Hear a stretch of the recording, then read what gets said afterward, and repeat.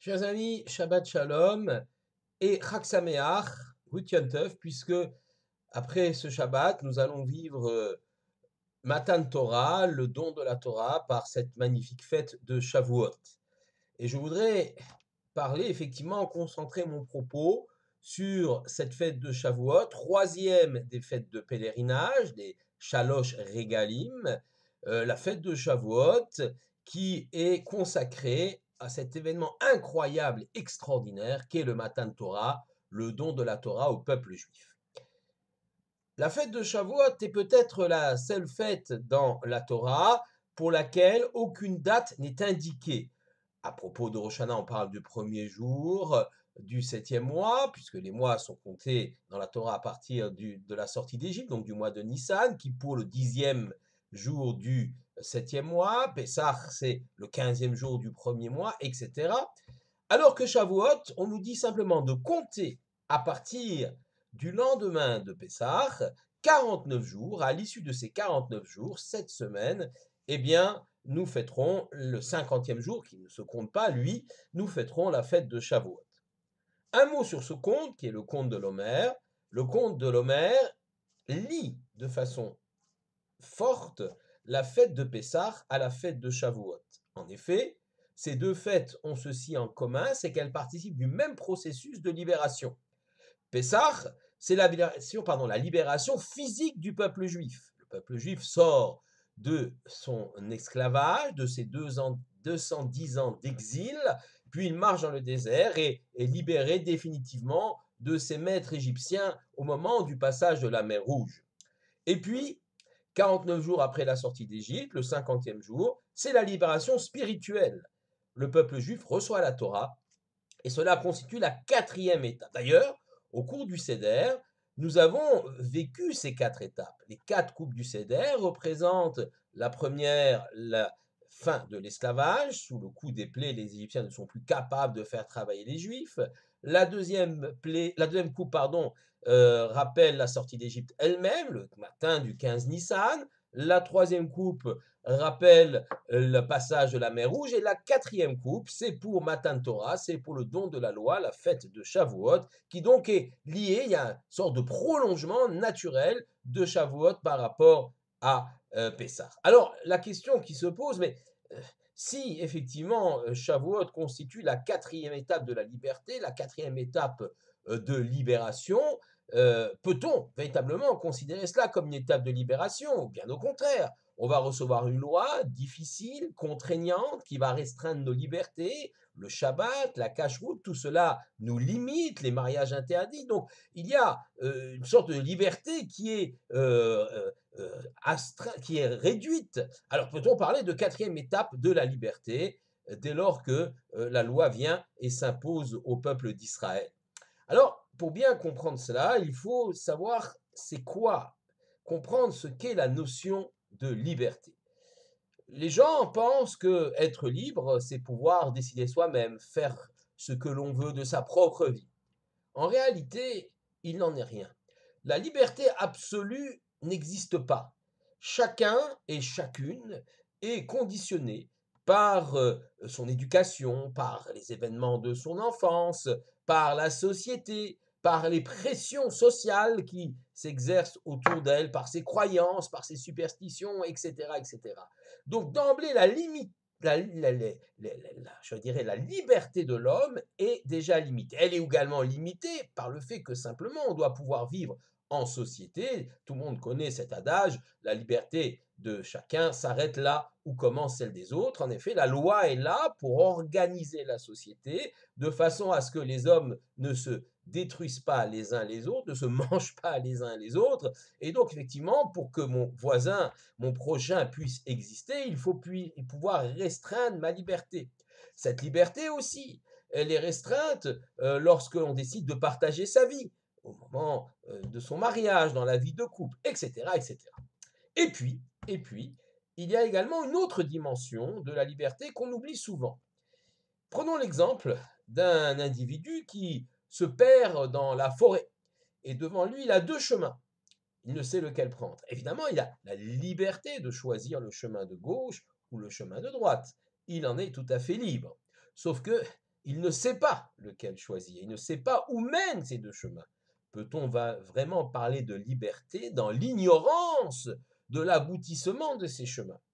Et puis il s'aperçoit que près de lui, il y a une colline qui va gravir et qui lui permet, en haut de cette colline, de voir où les chemins se dirigent. Alors peut-être ne va-t-il pas voir la fin de ces deux chemins, mais au moins il aura un éclairage sur la direction que prennent tel ou tel chemin, les obstacles présents dans l'un et non pas dans l'autre, et le choix qu'il va le faire, il va le faire en toute connaissance de cause. Il va donc choisir l'une des deux voies en sachant d'emblée où ces deux voies se dirigent.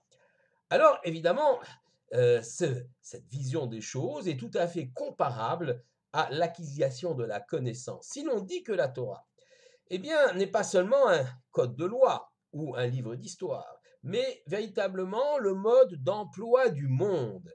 Le fait que j'étudie la Torah, que je me pénètre de ses enseignements, va me donner un surcroît de connaissances dans la vie, ce surcroît de connaissances va me permettre alors de choisir en toute connaissance de cause, comme cet homme qui choisit un chemin ou l'autre, et il le fait en toute connaissance de cause. Il a véritablement un choix par rapport à l'homme qui, totalement ignorant, choisit totalement au hasard et en vérité n'est pas libre de choisir.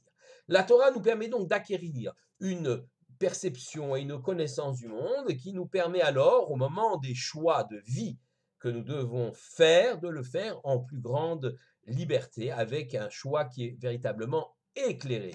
L'ignorance est l'antithèse de la liberté. La liberté, c'est l'acquisition de la connaissance et la capacité de se mouvoir dans ce monde en y comprenant un peu quelque chose, comme une lanterne qui nous éclairerait sur le chemin à prendre. Et donc voilà en quoi, effectivement, Matan Torah, le don de la loi, est une liberté supplémentaire, un surcroît de liberté. Mais je voudrais m'attacher sur un autre élément de Shavuot. On nous dit que lorsque les enfants d'Israël sont arrivés au pied du mont Sinaï, ils sont arrivés le premier Sivan. Il y a eu un certain nombre de va-et-vient entre Moïse et Dieu, Moïse allant parler au mont Sinaï avec l'Éternel, et Moïse revient, et Dieu lui a ordonné, lui a dit, voilà, on va vous donner la Torah, et je demande 2 jours de préparation pour recevoir ce Matan Torah. Préparation physique, on se lave, on lave les vêtements, on va se purifier au mikvé, on se sépare des épouses, voilà, pour ne pas être trop léger, si on peut dire dans l'esprit, avant d'aborder ce grand moment du Matan Torah. On se prépare donc aussi psychologiquement, spirituellement. Et puis voilà que Moshe, de façon volontaire, sans même que l'Éternel le lui a ordonné, Moshe, pardon, Osif Yom Echad Midaato, il ajoute un jour supplémentaire de son propre chef, un jour supplémentaire de préparation.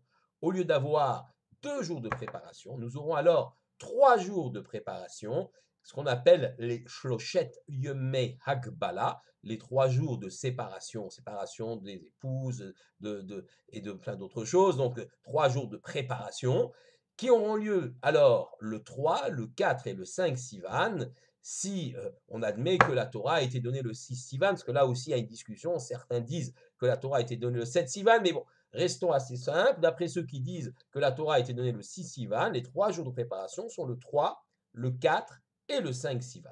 Alors effectivement, d'où le savons-nous ça? D'une Gemara, une Gemara qui se trouve dans le traité de Shabbat, Daf P Zayin, folio A. Donc dans ce traité de Shabbat, c'est marqué Tania Shoshadvarim Asa Moshe Midato, Ve Iskim Akadosh Baruch Hu Imo. 3 choses Moshe a fait de lui-même et l'Éternel l'a approuvé. Aussi Yom Echad Midato, il a ajouté donc un jour supplémentaire, comme nous l'avons dit.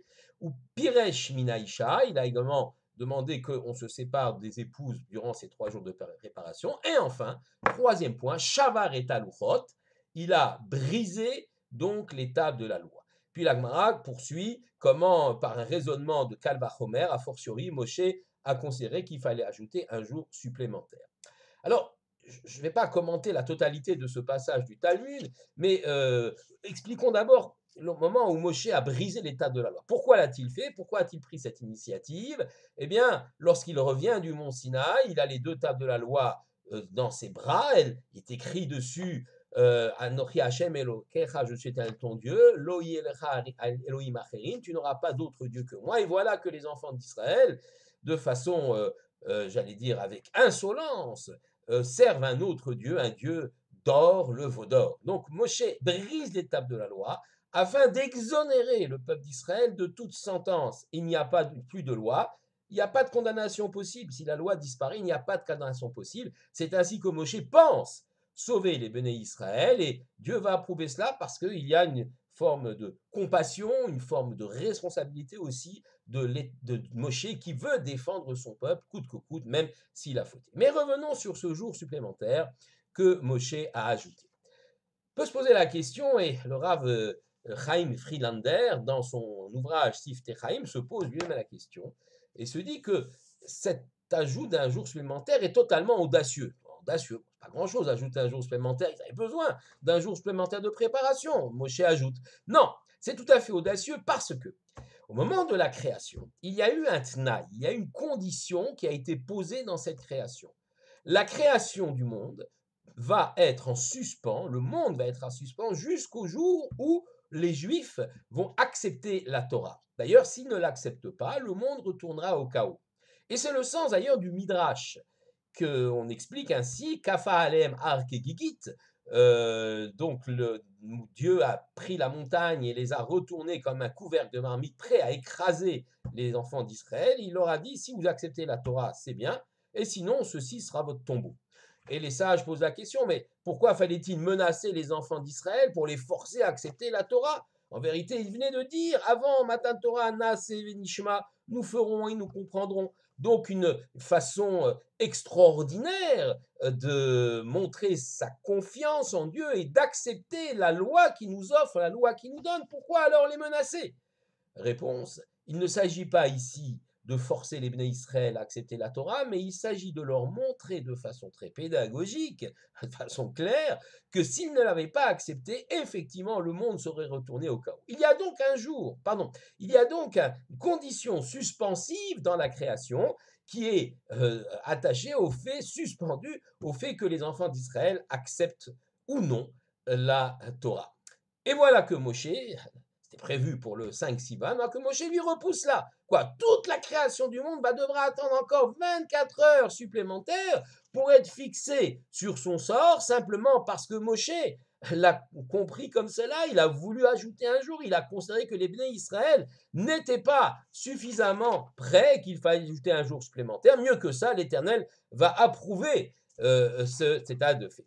Alors pourquoi est-ce si important d'ajouter un jour supplémentaire? Pourquoi l'initiative de Moshe a été effectivement forte et salutaire pour l'ensemble de la suite de l'histoire?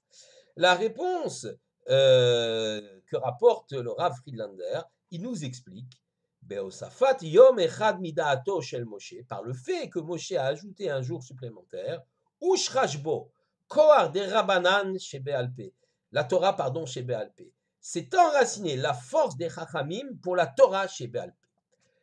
Comprenons de quoi il s'agit, c'est très très intéressant. La Torah que va donner Dieu à Moshe, c'est la Torah écrite, Torah chez Birta, les 5 livres de la Torah, Bereshit, Shemot, Vaïkra, Baïmar, Devarim. Ce texte-là est écrit, il ne souffre pas de modification, il doit être étudié, compris, et cela est clair, et cela sera livré, Moshe va l'écrire sous la dictée de Dieu. Mais à côté de cela, Dieu va commencer dès le début de sa rencontre avec Moshe à expliquer, à donner des compléments, des réflexions. Et ensuite, Moshe, fort de cet enseignement, va l'expliquer à Yoshua et aux anciens, et ainsi va se mettre en place la longue tradition de transmission de cette Torah orale, Torah chez Béalpé, qui finalement sera écrite en 210 par Rabbi Yehuda Hanassi, Rabbi Juda le Prince, c'est le rédacteur de la Mishnah. Donc ce long processus de Torah chez Béalpé, qui est indispensable, indissociable de Torah chez Birta, de la loi écrite, va commencer au moment même du matin de Torah. Et même avant, et c'est ça la chose qui est extraordinaire, Moshe, considérant que on ne peut pas se contenter de 2 jours de préparation, il en faut un supplémentaire,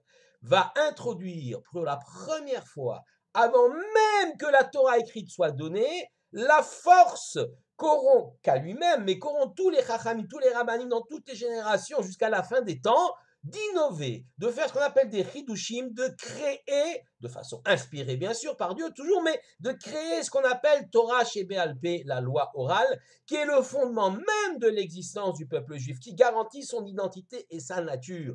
Moshe, en ajoutant un jour supplémentaire, crée le concept, la dimension de l'intervention humaine dans la réflexion et dans la création de ce qu'on appelle la loi orale, Torah Shebéal Peh. Et il le fait avant même que la Torah soit donnée, la Torah écrite soit donnée, que les 10 commandements soient donnés, pour bien enraciner la chose dans le cœur de l'ensemble des enfants d'Israël. Et on voit pourquoi effectivement le fait que Moshe ajoute un jour supplémentaire à la préparation à Shavuot, au Matan Torah, est si important, car c'est à ce moment-là que se crée le concept de Torah Shebéal Peh, de la loi orale. S'il ne l'avait pas fait, alors on aurait peut-être été sur un autre modèle, c'est-à-dire qu'une simple Torah écrite unique avec un dogme figé qui n'aurait probablement pas passé l'histoire. Mais le fait que ce Torah Shebéal Peh vient accompagner la Torah Shebirtav, la loi écrite, toujours bien sûr inspirée, la loi orale par l'Éternel lui-même, il ne s'agit pas de dévier, de faire n'importe quoi, mais toujours inspirée. Eh bien, cette dimension-là a été créée par Moshe lui-même. Il a ajouté un jour supplémentaire et il a permis finalement que le Matan Torah, le don de la loi, soit complet, le don de la loi écrite, mais bien évidemment aussi accompagné de la loi orale, Torah Shebéal Peh. Shabbat Shalom et Chag Sameach à tous.